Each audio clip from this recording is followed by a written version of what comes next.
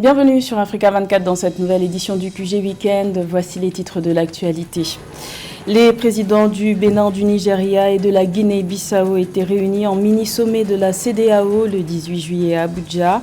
Ce groupe appelé Troïka s'est penché sur les questions de sécurité en Afrique de l'Ouest. Le bilan de cette rencontre est à suivre dans cette édition. Le gouvernement de transition du Burkina Faso cherche par tous les moyens à financer la lutte contre le terrorisme.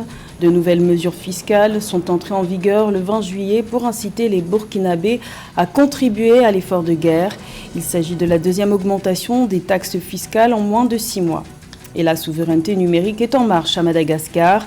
L'État met à disposition un fonds propre de 50 millions de dollars pour les infrastructures permettant d'assurer la sécurité des systèmes d'information à travers le pays. Mais tout d'abord au Mali, le projet de nouvelle constitution porté par le chef de la junte, Assimi Goïta, est définitivement adopté. La Cour constitutionnelle a validé ce 21 juillet les résultats définitifs du référendum constitutionnel des 11 et 18 juin dernier, avec 96,91% des voix pour. Rappelons que cette consultation populaire controversée a connu un taux de participation globale de 38,23% et que le vote ne s'est pas tenu dans la région de Kidal, contrôlée par la coordination des mouvements de l'Azawad, CMA. Le verdict rendu par la Cour constitutionnelle met fin aux espoirs des détracteurs de la nouvelle loi fondamentale, à l'instar de la coalition du Front Uni contre le référendum, qui dénonçait de nombreuses irrégularités dans ce scrutin et qui demandait l'annulation de celui-ci. Le chronogramme électoral prévu par la junte devrait donc se poursuivre avec des élections administratives initialement prévues en juin et des élections législatives en novembre avant la présidentielle de 2024. Lors du 63e sommet de la CEDEAO qui s'est tenu le 9 juillet dernier, 3 pays avaient été désignés pour réfléchir et proposer des solutions aux questions de sécurité concernant la sous-région ouest-africaine. Il s'agit du Bénin, du Nigeria et de la Guinée-Bissau. C'est dans ce contexte que les présidents des 3 pays se sont rencontrés à Abuja le 18 juillet pour un mini-sommet avec leur homologue du Niger. Bilan de cette rencontre dans ce sujet de la rédaction.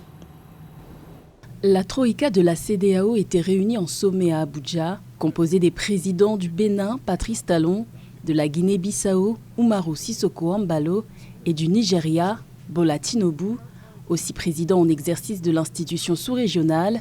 Cette rencontre avait pour objectif d'examiner la situation politique et sécuritaire dans l'espace CEDEAO, notamment dans les pays en transition politique. Le président du Niger, Mohamed Bazoum, ainsi que le président de la commission de la CEDEAO, Omar Aliou Touré, ont pris part à ce rendez-vous.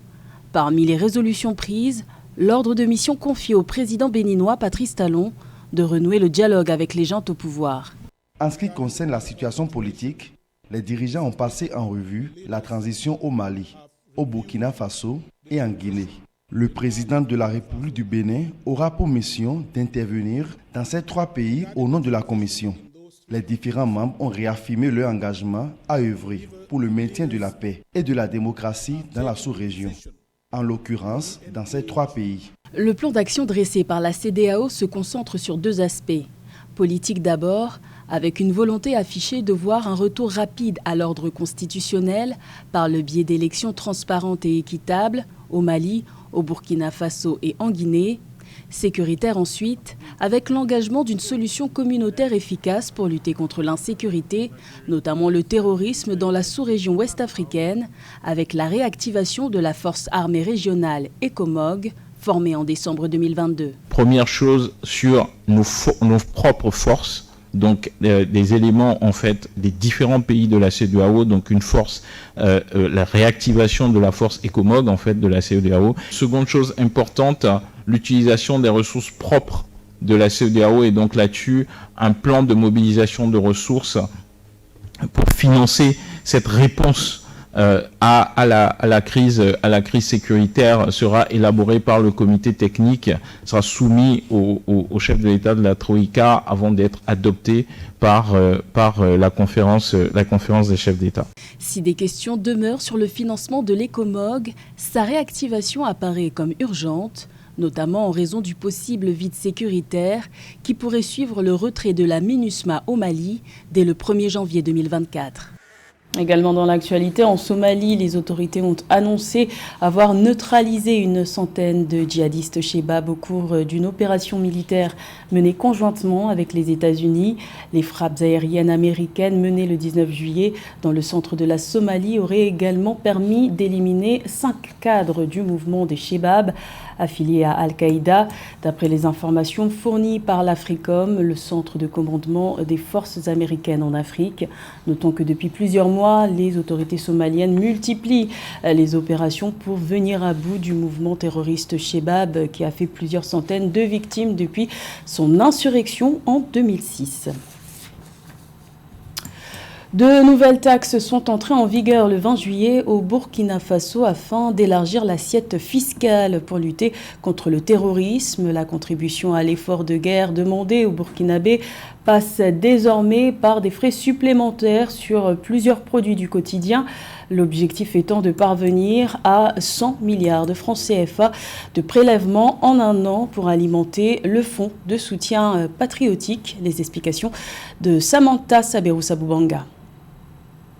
Adoptées en juin par le gouvernement de la transition, de nouvelles mesures fiscales sont entrées en vigueur le 20 juillet 2023 au Burkina Faso. Ces mesures visent à inciter les Burkinabés à contribuer à l'effort de guerre. Dorénavant, les Burkinabés devront débourser des frais supplémentaires pour les achats des produits de télécommunications, des abonnements télé, des cessions de terrain hors lotissement et des boissons. Les Burkinabés ont constaté une fois de plus que dans le cadre de la lutte contre le terrorisme, le gouvernement de la transition a instauré de nouvelles taxes fiscales. Donc en moins de 6 mois, nous avons 2 fois une augmentation sur les taxes fiscales pour ce qui concerne les produits de télécommunications, les abonnements télé et puis des sessions de terrain hors lotissement.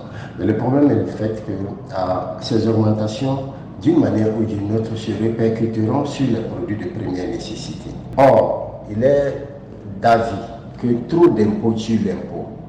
Les acquéreurs de services de téléphonie devront payer une taxe de 5% par opération réalisée. Pour ce qui concerne les abonnements au niveau des télévisions privées, une taxe de 10% sera appliquée. S'agissant de la cession des terrains hors lotissement devant le notaire ou l'huissier, il sera demandé une contribution de 1%. Le ministre de l'économie Aboubakar Nakanabo a exhorté les entreprises à reverser intégralement les montants qui seront prélevés pour les besoins de lutte contre le terrorisme. Le gouvernement aurait mieux trouvé à réduire le train de vie de l'État, par exemple en diminuant le salaire des ministres, en diminuant le salaire des présidents des institutions, en diminuant le salaire des députés de l'ALT. Cela allait donner à la population de savoir que dans cette lutte, nous sommes tous dans le même bateau et chacun travaille à ce que l'effort de paix soit une réalité. Rappelons qu'en avril 2023, d'autres taxes avaient déjà été instaurées sur le tabac, la cigarette, les boissons et les vins. Depuis 2015, le Burkina Faso fait face à une crise sécuritaire sans précédent. Le gouvernement de la transition cherche les moyens pour renforcer l'outil de défense nationale afin de mieux lutter contre le terrorisme. 80 millions d'euros, c'est le montant du prêt accordé par la Banque africaine de développement au Bénin pour moderniser et étendre le port autonome de Cotonou. Cette infrastructure se présente comme une source majeure de revenus puisqu'elle assure 90% du commerce international du pays. Plus de détails avec Samantha Saberou-Sabubanga. Pour moderniser et étendre le port autonome de Cotonou, la Banque africaine de développement BAD a octroyé un prêt à hauteur de 80 millions d'euros au Bénin. Selon le communiqué de l'institution financière régionale rendu public le 19 juillet 2023, le financement a été approuvé le 14 juillet. Le prêt est composé de 55 millions d'euros de la BAD et de 25 millions d'euros de l'Africa Growing Together Fund, un fonds spécial abondé par la Banque africaine de développement et la Banque populaire de Chine. L'investissement accordé pour moderniser et étendre le port de Cotonou devrait permettre de fluidifier le trafic de manière significative. La modernisation du port le rapprochera certainement davantage d'autres grands ports de la sous-région tels que Lomé, Tema, Abidjan, qui ont pris de l'avance ces dernières années. Et je pense que le financement arrive à point nommé. Ce financement représente un véritable coup de pouce pour le vaste plan de développement du port de Cotonou qui prévoit des investissements allant jusqu'à 600 millions d'euros d'ici 2026. Le financement de la BAD va permettre de construire un nouveau terminal à conteneurs à l'est du port et augmenter sa capacité de 20 hectares dédiés aux produits en vrac et divers, indique le communiqué. Le gouvernement du Bénin profitera des retombées du projet grâce à de meilleures recettes fiscales et aux dividendes engrangés. Et ces investissements sont des investissements pivots, en ce sens que grâce à eux, le port pourra améliorer des infrastructures, et augmenter sa capacité de traitement des conteneurs et renforcer son efficacité opérationnelle.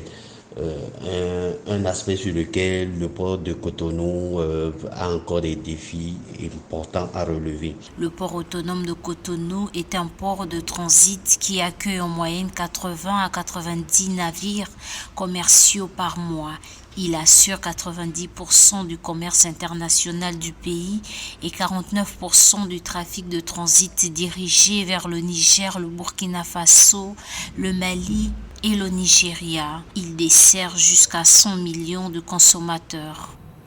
La souveraineté numérique est en marche à Madagascar avec un budget de 50 millions de dollars provenant des fonds propres de l'État. Pour renforcer l'aspect réglementaire de cette souveraineté numérique, les autorités comptent s'appuyer sur une nouvelle entité qui sera responsable d'assurer la sécurité des systèmes d'information à travers le pays. Les explications de Mildred Diamou.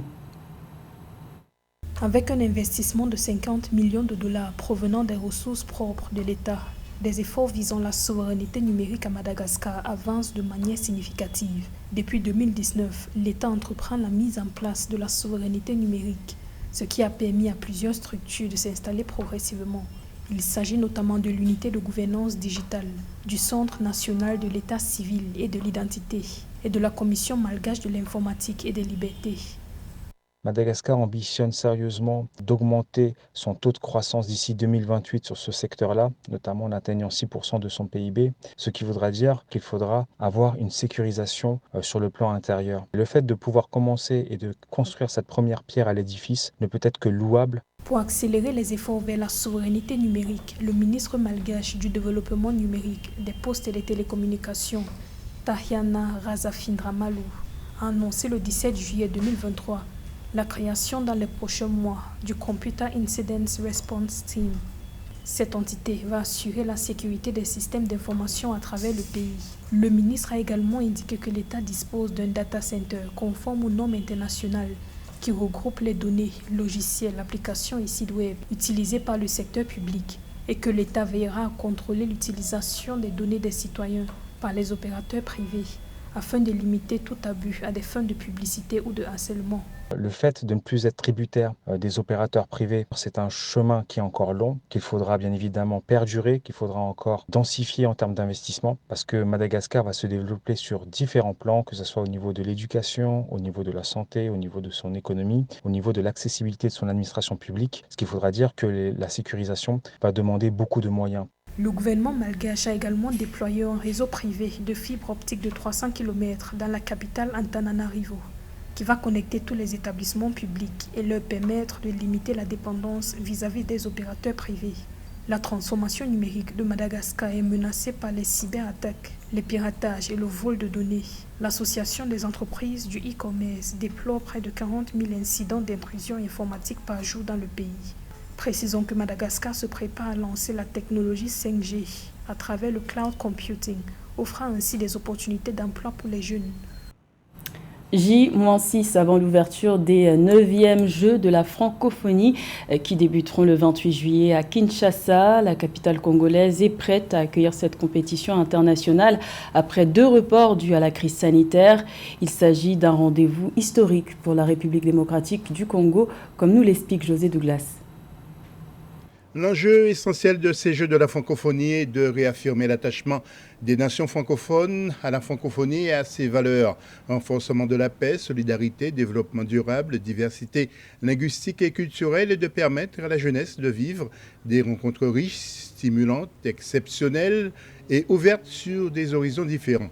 Kinshasa se dit prête à accueillir du 28 juillet au 6 août une quarantaine de délégations pour faire rayonner la ville et voir briller le sport. Des Jeux qui ont lieu chaque 4 ans et attirent plus de 3000 athlètes heureux de se retrouver pour une telle fête. On les a toujours réussis, il n'y a pas de raison de ne pas les réussir en RDC. Avec tous les moyens qui sont mis, avec l'engagement du président de la République, avec l'engagement du gouvernement et la mobilisation du haut comité de pilotage, il n'y a pas de raison, on va les réussir. Des moments festifs et accessibles à la population des Jeux de la francophonie sont d'un format unique alliant concours culturels et compétitions sportives de haut niveau. Des cérémonies d'ouverture et de clôture, les défilés des États et gouvernements participants et de nombreuses animations périphériques. Des Jeux de la francophonie qui représentent un vecteur de cohésion sociale par l'identification des jeunes participants à l'élite sportive et culturelle pour enrichir les palmarès de leur pays sur le terrain. L'effervescence monte. Oui, Kinshasa, vous savez, c'est 17 millions d'habitants. C'est la plus grande ville francophone. Donc toutes les activités vont avoir lieu à Kinshasa. Et j'invite tout le monde à venir vivre la festivité, donc les fêtes à Kinshasa. C'est lors du deuxième sommet de la francophonie en 1987 que les chefs d'État et de gouvernement ont eu l'idée de créer un événement où la jeunesse francophone serait mise en valeur et la décision a été prise de créer les Jeux de la francophonie. Le Zango sera l'une des attractions de ces Jeux qui seront accueillis sur plusieurs sites, le Stade des Martyrs, le Palais du Peuple, le Stade Tata Raphaël et aussi l'Université de Kinshasa du 28 juillet au 6 août 2023. C'était le journal de la rédaction. Merci de l'avoir suivi. L'information continue sur Africa 24.